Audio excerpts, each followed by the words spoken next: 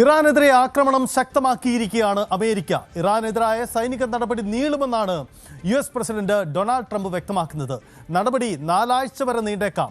Iran വലിയ രാജ്യമായതിനാൽ സമയമെടുക്കുമെന്നുമാണ് Trump ഇക്കാര്യത്തിൽ വ്യക്തമാക്കുന്ന നിലപാട്.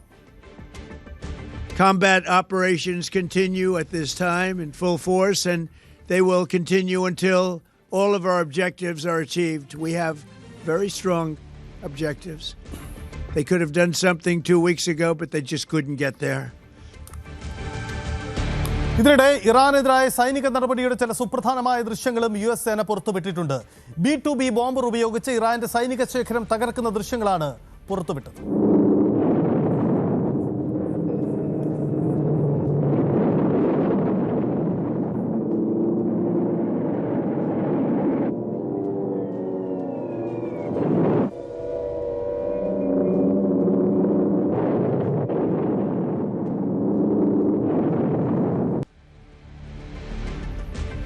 തന്ത്രപ്രധാനമായ ഈ B-2B ബോംബറുകളായിരുന്നു ഇറാനെതിരായ തിരിച്ചടിക്ക് ഇസ്രയേലും ഒപ്പം അമേരിക്കയും പ്രധാന ആയുധമാക്കിയത്.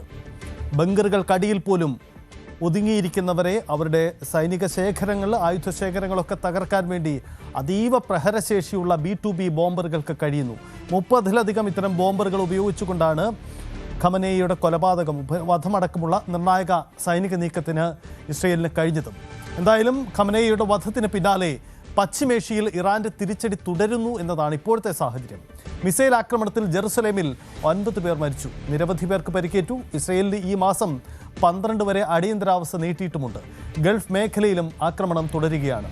ബഹ്റിനിലെ സൽമാൻ തുറമുഖം ആക്രമിച്ചു. ഇറാനിലെ എംബസിക്ക് UAEയും അടച്ചിട്ടുണ്ട്. എന്നാൽ സ്വകാര്യ മേഖല സാധാരണ നിലയിൽ പ്രവർത്തിക്കുമെന്ന് അബുദാബി അറിയിച്ചു. UAEയും അബുദാബിയും സ്റ്റോക്ക് മാർക്കറ്റും 2 ദിവസത്തേക്കും അടച്ചിട്ടുണ്ട്. ഇതാണിപ്പോൾ അവിടുത്തെ സാഹചര്യം.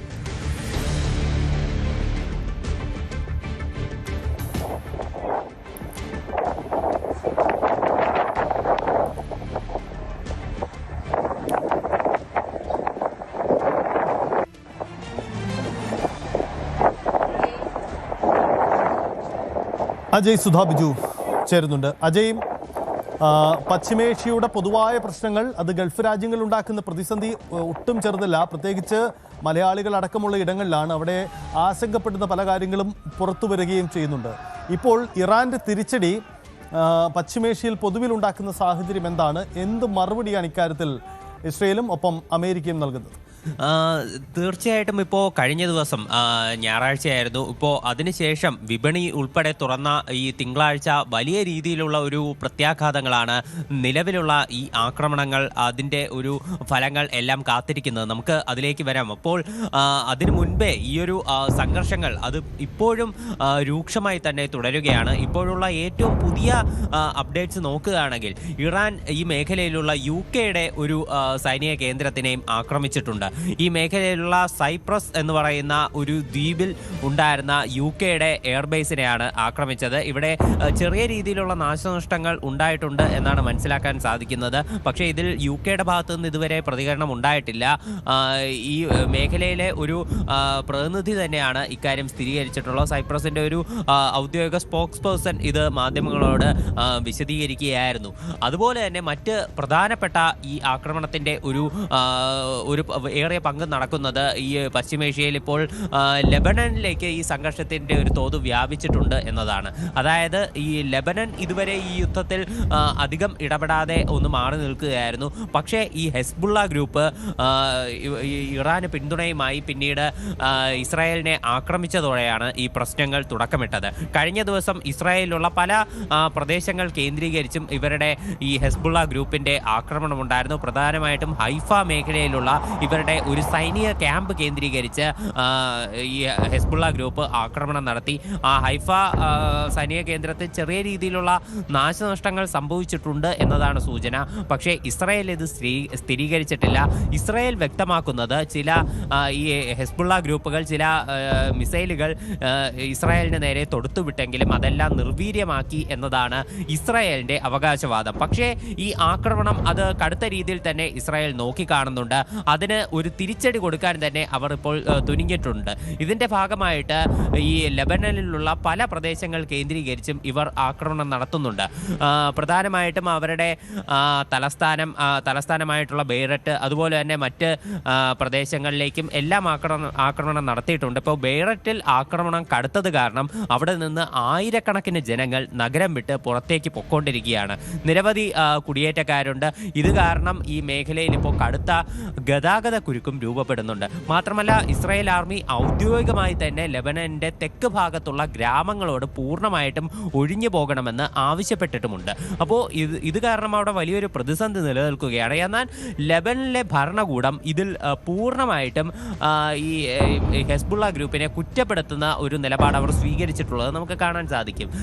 ലെബനന്റെ പ്രസിഡന്റായിട്ടുള്ള ജോസഫ് അയോൺ ആണെങ്കിലും അവരുടെ പ്രധാനമന്ത്രിയാണെങ്കിലും കടുത്ത നിലപാട് തന്നെയാണ് ഹെസ്ബുള്ള ഗ്രൂപ്പിനെതിരെ സ്വീകരിച്ചിട്ടുള്ളത്. അവർ പറഞ്ഞത് ഹെസ്ബുള്ള ഗ്രൂപ്പ് നടത്തുന്നത് അനാവശ്യമായിട്ടുള്ള ആക്രമണമാണ്, ഇറസ്പോൺസിബിൾ ആയിട്ടുള്ള ചില മിസൈൽ ആക്രമണങ്ങൾ അവർ ലെബനന്റെ തെക്കൻ പ്രദേശത്ത് നിന്ന് നടത്തുകയുണ്ടായി. ഇതാണ് നിലവിലെ സംഘർഷങ്ങളിലേക്ക് നയിച്ചത് എന്നാണ് ഇവരുടെ ഭരണകൂടം, ലെബനന്റെ ഭരണകൂടം പറയുന്നത്. അതുപോലെ തന്നെ ലെബനൻ പ്രസിഡന്റ് നിലവിൽ ഇസ്രായേലിനെയും കുറ്റപ്പെടുത്തുന്നുണ്ട്. അതായത് ഇസ്രായേലിന്റെ അനാവശ്യമായിട്ടുള്ള അഗ്രഷൻസ് ഈ സംഘർഷത്തിന് ആക്കം കൂട്ടിയതായിട്ടാണ് ലെബനന്റെ പ്രസിഡന്റായിട്ടുള്ള ജോസഫ് അയോൺ നിലവിൽ വ്യക്തമാക്കിയിട്ടുള്ളത്.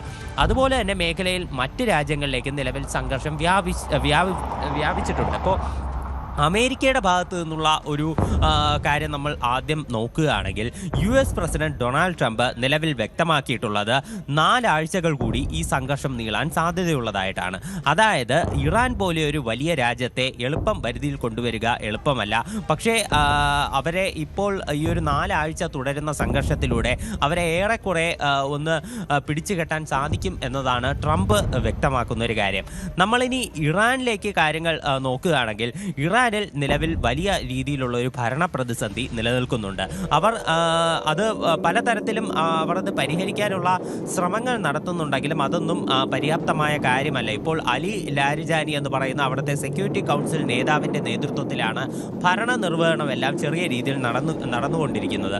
പക്ഷേ അവിടെയുള്ള ഈ ഒരു ഭരണം ഒരു കൃത്യമായിട്ടൊരു നേതൃത്വം വഹിച്ചുകൊണ്ട് ചർച്ചകൾക്ക്, ഈ ഒരു സമാധാന ചർച്ചകൾക്ക് നേതൃത്വം വഹിക്കത്തക്കവണ്ണമുള്ളൊരു നേതാവ് ആര് എന്നുള്ളൊരു വലിയ ചോദ്യമുണ്ട്. മുൻപ് അവരുടെ വിദേശകാര്യ മന്ത്രിയായിട്ടുള്ള അബ്ബാസ് അരക്ചി ആയിരുന്നു ചർച്ചകൾക്ക് നേതൃത്വം വഹിച്ചിരുന്നത്. എന്നാൽ പുതുതായിട്ട് വന്ന അവിടുത്തെ ഒരു വലിയ വാക്വമുണ്ട്. അപ്പോൾ അത് ഫില്ല് ചെയ്യുന്നത് ആരെന്നതാണ് പ്രധാനപ്പെട്ട ഒരു ചോദ്യം. ഈ ആയത്തുള്ള അലി ഖമനയുടെ മരണത്തിന് ശേഷം എല്ലാത്തിനെയും കോർഡിനേറ്റ് ചെയ്ത് കൊണ്ടുപോകുന്ന ഒരു നേതാവിനെ അവർക്ക് കണ്ടെത്തേണ്ടതുണ്ട്. പക്ഷേ ഈ ദുഃഖാചരണം, അദ്ദേഹത്തിൻ്റെ മരണത്തെ തുടർന്ന് അവിടെ പ്രഖ്യാപിച്ചിട്ടുള്ള ദുഃഖാചരണം, ഔദ്യോഗിക അവധിയുണ്ട് 7 ദിവസം. അപ്പോൾ ഇതെല്ലാം കഴിയാതെ പുതിയൊരു നേതാവിനെ ചുമതലപ്പെടുത്തുക